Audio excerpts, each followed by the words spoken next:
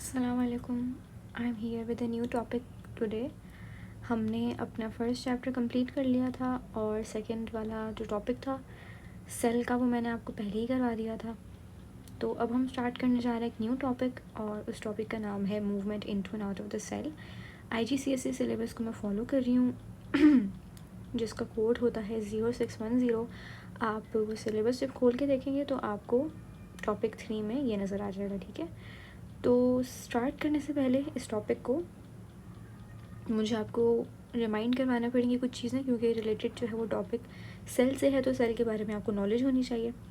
तो हमने जब पिछला चैप्टर पढ़ा था अपना, तो हमने 3 नेसेसरी कंपोनेंट्स पढ़े थे कि एक सेल है तो उसके पास ये तीनों चीज़ें लाजमी होनी चाहिए। तो सबसे पहले हमने कहा था कि सेल के पास एक राउंड बॉडी उसके सेंटर में होनी चाहिए, जिसको हमने कहा था न्यूक्लियस, जिसके अंदर DNA होता है।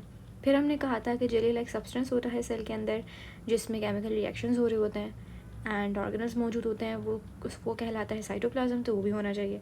फिर थर्ड जो चीज़ थी वो थी सेल मेम्ब्रेन।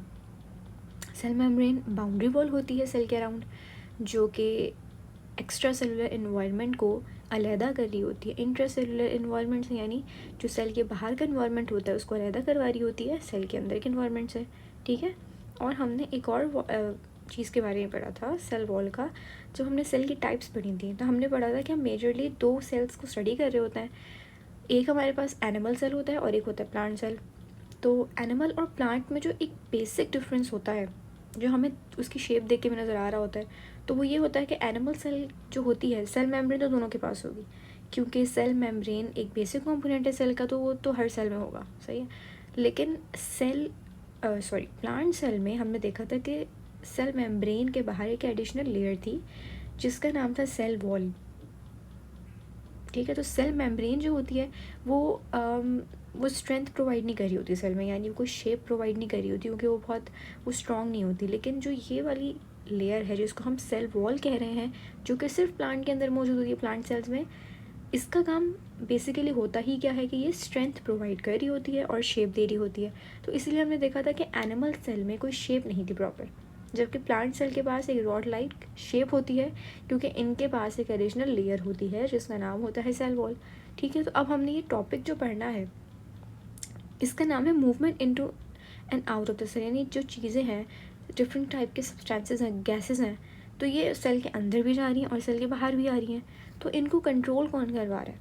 कोई चीज़ तो ऐसी है ना जो सेल को कंट्रोल करवा रही है कि सेल के अंदर क्या चीज़ आनी चाहिए, किस कंसंट्रेशन में आनी चाहिए, क्या चीज़ बाहर जानी चाहिए, सेल के अंदर कौन सी जो गैस है वो इतनी अमाउंट में रहनी चाहिए।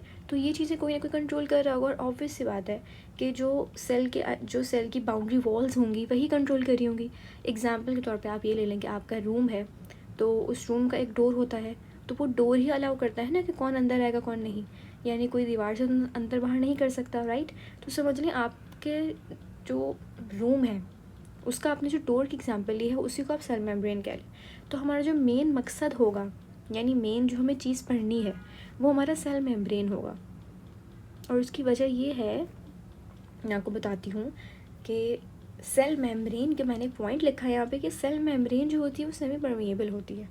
इस बात का क्या मतलब है कि सेमी परमिएबल का मतलब है कि हाफ, सेमी का मतलब होता है half, and half permeable means कि ये कुछ चीज़ों को अलाउ करती है और कुछ चीज़ों को अलाउ नहीं करती, ठीक है।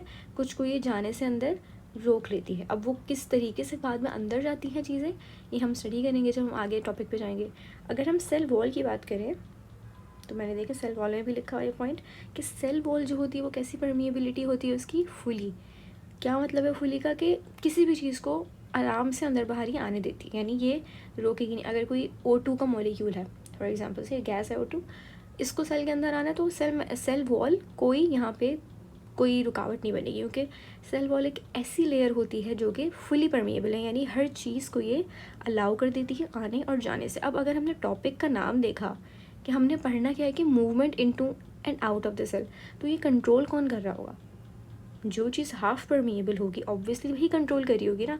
सेल वॉल तो कंट्रोल कर ही नहीं रही, वो तो कह रही है कि कोई भी चीज़ आ सकती है बाहर और कोई भी चीज़ जा भी सकती है, ठीक है। तो इसका मतलब कि मेनली हमने जो चीज़ पढ़नी है इस टॉपिक में, movement into and out of the cell, वो हमारा सेल मेम्ब्रेन है, यानी हमने सेल मेम्ब्रेन को स्टडी करना है, ठीक है। अच्छा, तो मैंने यहाँ पे फंक्शन भी इसलिए लिख दिया। वैसे अगर आपने सेल का टॉपिक मेरा लिया हुआ होगा तो आपको वैसे भी पता होगा कि मैंने सेल के फंक्शन वगैरह वहाँ सेल मेम्ब्रेन के फंक्शन वहाँ भी लगवाए थे। जितने भी ऑर्गेनल्स थे उनका मैंने आपको डिटेल, जो इंपॉर्टेंट ऑर्गेनल्स थे जो आपको पता होने चाहिए इस लेवल पे, वो मैंने आपको सब पढ़ाए थे वहाँ पे। तो सेल मेम्ब्रेन मैंने इसका लिखवाया भी था कि फ़ंक्शन क्या होता है। तो सेल मेम्ब्रेन का जो फंक्शन है मेनली वो यही होता है कि जितनी भी सेल के अंदर चीज़ें आनी है या सेल से बाहर जानी है, ये सब कंट्रोल कर रहा होता है सेल मेम्ब्रेन, क्योंकि सेल मेम्ब्रेन सेमी परमिएबल होती है। ठीक है।